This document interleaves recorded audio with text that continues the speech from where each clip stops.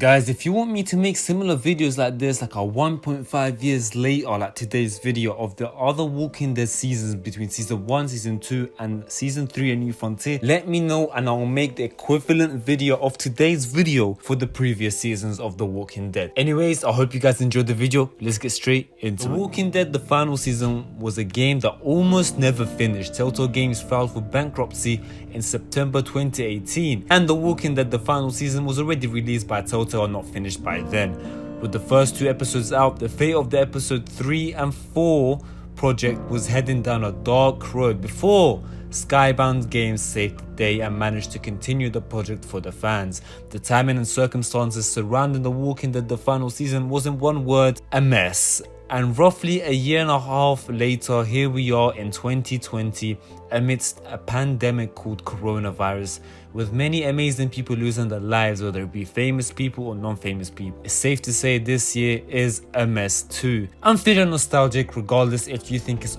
too early to be nostalgic about the final season. One thing remains true to this day: the final season had a lot of controversial opinions, I think, with many saying it was a great season and saying it was better than season 2, but not quite to season 1 standards.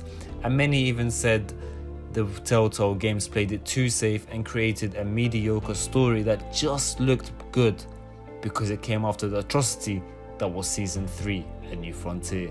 So this begs the question, 1.5 years later, 1 whole year and a half later, was the final season good? In short, yes and no. The game, in my opinion, was a breath of fresh air. You feel at home straight away from the second you control Clementine, and she actually feels like your Clementine as opposed to the Clementine we received in season 3, who we felt like we were just fanboying and fangirling and we just wanted to be around her the whole time. It just didn't feel like the Clementine we knew.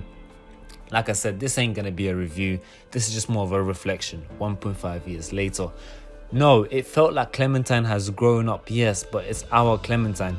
Now, the implementation of AJ's character be similar to the Lee Clementine bond was a nice touch. It kind of felt like it was a full circle, you know. Lee took care of Clementine, now Clementine takes care of someone else. Now, that's a nice touch and we kind of expected that to happen. But Lee and Clementine is very different to Clementine and AJ. It's 2 different bonds. As Lee were taking care of a girl who we didn't know how to take care of because we were still discovering the Walking Dead universe. We didn't know how to entirely interact with the zombies, and the world before the apocalypse was still fresh. Roughly 8 years later, and the old world is nothing but a distant abstract memory in season 4. And I feel like they tried too much to rely on Clementine for AJ. In season 1 of The Walking Dead, Lee was responsible for Clementine, but he wasn't the only one raising and teaching Clementine. Clementine had outside forces, whereas I feel like AJ's character was dumbed down at every possible time for the purpose of Clementine teaching him, you know, as opposed to taking a foreign concept for AJ and allowing AJ's character to be, you know, used for development for just more than a child. You know, he's not just a child that Clementine takes care of, and that's something that it could have been done better in my opinion, but hey ho, here we go. Now, you can't lie and say the final season was not a bag of fun, because it was. It introduced a new graphical feel for the game, and it felt like Telltale was keeping up with today's standards of computer power, and obviously voice acting has always been superb for Telltale. You know, voice acting has never been a problem, and of course audio compositions that Jared has always done has always been top notch. Telltale decided to do a crazy thing and fill out the season with teenagers, which had a lot of iffy people. Guys, remember Violet? Remember Lewis? I'm sure you do. Now, a lot of people were iffy about it, but I wasn't personally, because obviously a lot of people had the right to be iffy, because every teenager we came across on The Walking Dead made the whole season unlikable. Not to that extent, but Telltale made a lot of annoying teenage kids, and when we learned that there's going to be the whole season filled with teenage kids, you know, it's right to say we was a bit confused. You know, think about Ben and Sarah. But Telltale decided to create teenagers and kids who actually had very interesting stories with likable personalities, such as Lewis and Violet. But I'd be lying to say that I cared much for the rest. Think Woody and Omar. The first and last episodes were definitely the strongest in the series for me, with the last episode being full of action and crazy surprises. AJ chopping off Clementine's leg right when we thought we lost her is a moment in the Walking Dead Telltale universe that I'll never forget. However, I do wish we could have spent more time with Minerva and Lilly, especially Lilly. I mean, meeting an old character gave us a lot of nostalgia, especially listening to Lily's unique voice gave me season 1 vibes. It made me remember of all the times we thought about Lilly, you know, interacted with Lilly, how much times we actually appreciated her and also hated her in season 1. But her role as the enemy didn't necessarily mean we have to spend little time with her and just most of that time plotting against her. You know, that's something I felt like they did wrong. You know, make us learn more about Lilly. Let's talk about the past. Surprise us with something that just never came up in the season 1. You know, right after season 1. You know, it's been about 7 years since we saw Lilly. There's a lot that happened. Obviously, we was held hostage by Lilly, which would have allowed for all of those conversations to happen, but it never did. So Lilly, although was one of the most exciting things to happen, it turned out to be anticlimactic and almost felt like a red herring for nothing. I do remember the conversations between Clementine and the boarding school kids to be fun and enjoyable. Telltale and Skybound, for that matter, don't forget them, did manage to make the player feel like people actually found how to make life work again in a zombie apocalypse.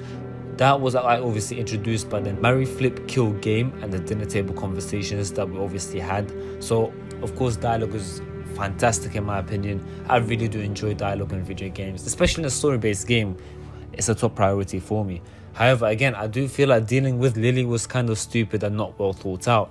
For example, if you guys remember when you played the game and of course we had 2 weeks to prepare for Lilly's entourage for the boarding school, right? Do you remember that? Good. Because remember when Lilly attacked the boarding school to kidnap the kids, to force them to fight for her because obviously she had a war with another community. She ordered to shoot whoever gives you trouble. That didn't really make sense for me, and it kind of did defeat the purpose of Lilly's mission, because it was Lilly's mission to get as many kids to fight for her, but then she just said, get as many as you can, shoot the rest. Well, no, you kind of want to get the whole community.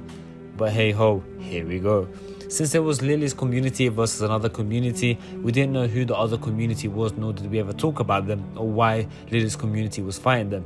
It was a red herring when it could have been something linked to the final season or season 3, you know, aka Javier's community, A New Frontier in New Richmond.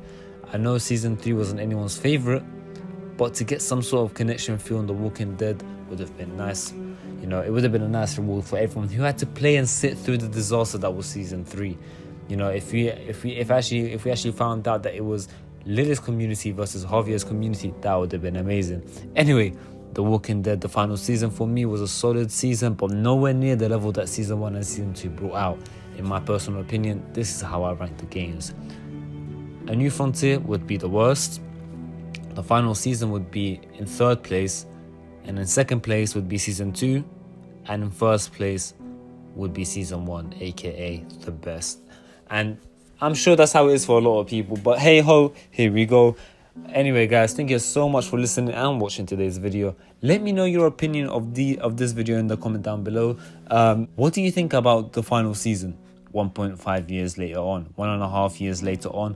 How did you feel about it? You know, let's take some time to reflect on The Walking Dead. You know, I have a little Walking Dead nostalgia moment right now, so I thought I'd make this video. Let me know if you want the equivalent of today's video for season 1, season 2 and A New Frontier.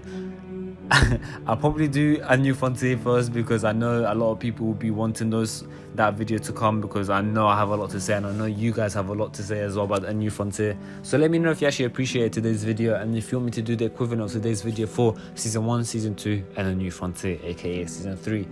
Anyways, thank you guys so much for watching. Take care and in a bit.